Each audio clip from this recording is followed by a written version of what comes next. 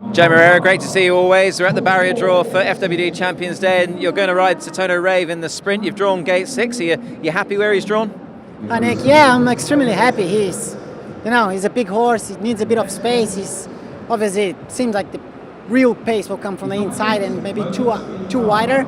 So the barrier draw is really good for him, I guess.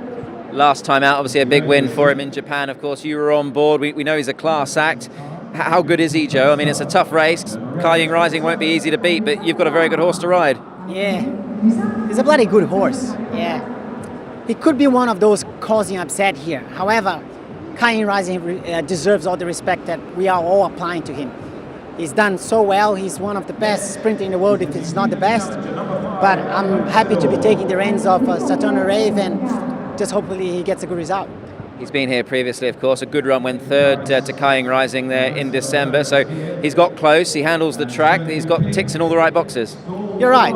He had the experience of here before.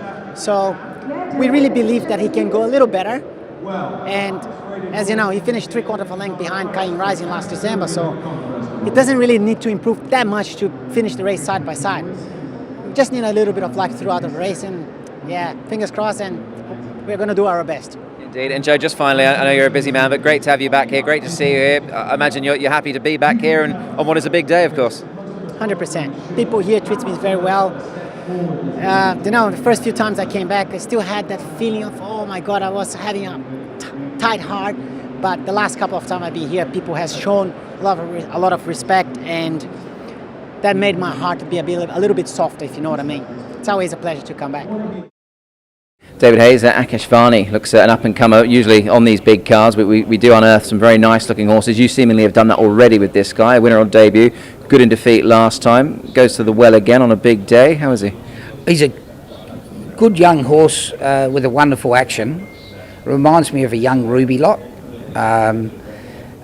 Last start he had top weight, wide gate, and nearly won. It was a bit green in the straight. Probably got himself beat. Better gate this time, and goes up in class but down in weight, and I think that for a 3-year-old's a big advantage. Yeah, that could be the time to catch him, can't it? I mean, and looking back on that race last time, David, I know it was in a lesser grade, but they were nicely clear of the third. Yeah, they were a big margin to third, and got the whack from the handicapper because of that. But I think he is a class 3 horse for sure. Given that we're privy to weights and things here in Hong Kong, obviously he's a relatively slight individual, just a tick over 1,000 pounds. Is he a horse that you have to do much with? Look, he eats well, so we just train him like one of the boys. We're not kind to him, and he can manage the work. So I'm happy with him. Mark Newnham, my wish, your runner in the mile this year, the FWD Champions Mile. He's drawn gate number 1. I imagine you're very pleased with that.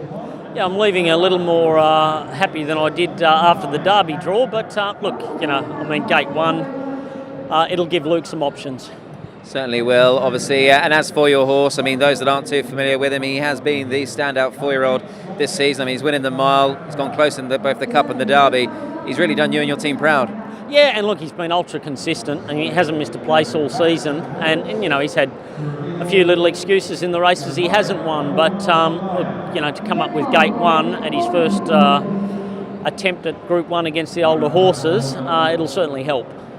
He's a fascinating horse, isn't he, really? I mean, for what he lacks in size and stature, he's obviously got a massive engine under the chassis there. And has he sort of surprised you in some respects as well with how well he's done?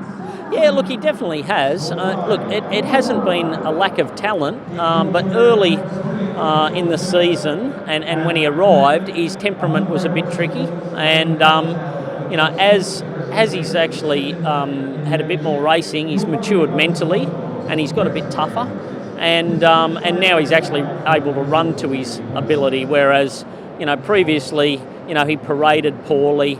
He got very worked up, every morning. He only had a poor appetite. So now all those things have improved. And you'll see on Sunday, even in the Derby, he paraded really well, got to the start, saving energy. So if he can do that on Sunday again, it'll certainly give him his chance.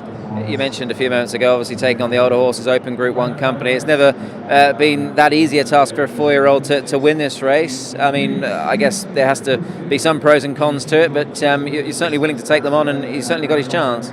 Yeah, and look, he deserves his chance. I mean, he's every time he's been out, he's performed well, and that's from a variety of distances, a variety of barriers. So have gate one, against these horses, and with decent horses drawn around him, it'll give him every opportunity.